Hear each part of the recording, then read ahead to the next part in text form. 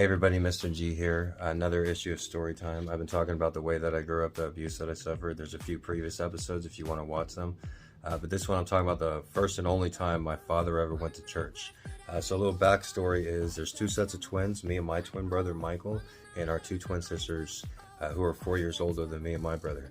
Our father was extremely neglectful and abuseful towards me and my twin.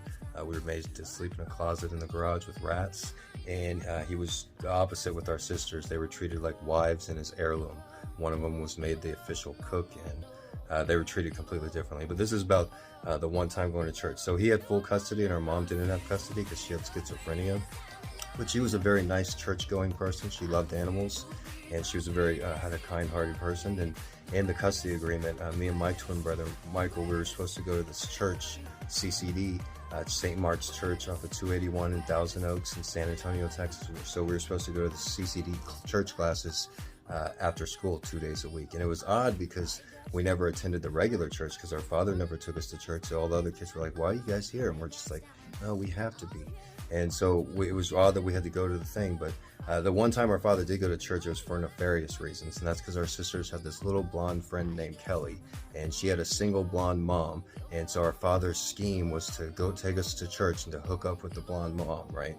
And so he says, you boys better be dressed nice on Sunday because we're all going to church. And so we're like, we don't have any clothes, you know, but we get in the car anyway and short drive down Henderson Pass, and our sisters and father look at us and they notice how shabbily dressed we are. And they're like, why are you dressed so poorly, you know? And they're like embarrassed of the sight of us. So what do? They drop us off at a strip mall a few blocks from the church. We're like 10 or 11 years old and we're like confused. We're like, are we getting haircuts? He's like, just stay there and don't talk to anybody. So we're just sitting there. Think how that felt to be as a little kid. So like, we're not even welcome to go to church with our family. Right? And so like 20 minutes later, a lady pulls up. She's like, what are you boys doing sitting here? We're like, oh, well, we were going to go to church, but we weren't allowed to because we were so dressed. So our father and our sisters went without us and just left us here. And then so 20 minutes later, our father comes storming back and he's like, what's going on? Did you boys call the cops? We're like, no, how would we call the cops? You know? And we get back home and just yells at us and we don't get to eat dinner that night.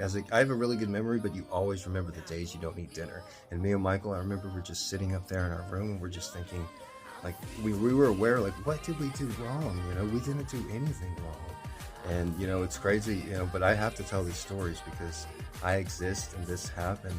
And I'm not just going to let this slide under the rug. We were trained, me and my brother, to not talk about these kind of things, to, you know, fear our father. And our sisters were trained to, you know, that we were pieces of shit. That's what they called us, pieces of shit.